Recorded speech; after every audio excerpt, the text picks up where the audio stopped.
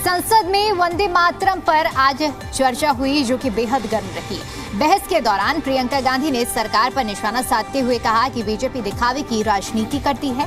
प्रियंका गांधी ने कहा कि वंदे मातरम देश की आत्मा का हिस्सा है, उस पर सवाल उठाना महापुरुषों का अपमान है, लेकिन चुनावी फायदे के लिए इस मुद्दे को उठाया जा रहा है।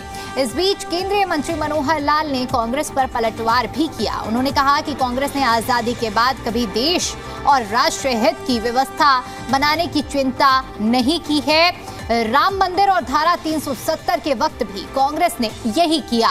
मनोहर लाल के मुताबिक वंदे मातरम राष्ट्रीय गीत है जो देश के जवानों में जोश और उत्साह भरता है। कांग्रेस ने इसे पहले ही आधा कर दिया था और अब इसे पूरा करने की बात को वोट बैंक से जोड़ रही है।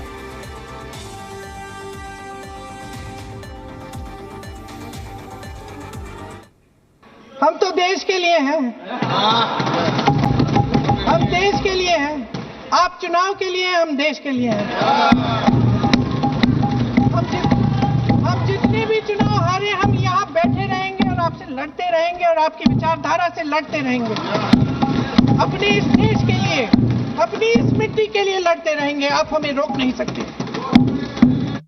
कांग्रेस कभी भी आज़ादी के बाद इन्होंने देश की, देशभक्ति की और देश के साथ किस प्रकार की व्यवस्थाएं बननी चाहिए कभी चिंता नहीं की।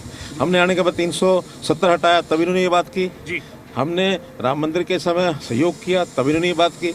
आज वंदे मातरम जो देश की आज़ादी का एक ऐसा गीत था जो उत्साह भरता था हमारे लोगों में, जवानों में, सब में, उसको ही भूल गए, उसको इन्होंने आधा काट दिया। इसको दोबारा से लाने की बात कर रहे हैं तो ये वोट के साथ जोड़ते हैं। हर चीज़ को इनको वोट के नाते से नजर से देखते हैं, इसलिए किसी प्रकार की राजनीति नहीं करनी चाहिए। मेरी अपील है इनसे कि देश की एक ऐसी व्यवस्था है जिसको इनको भी लागू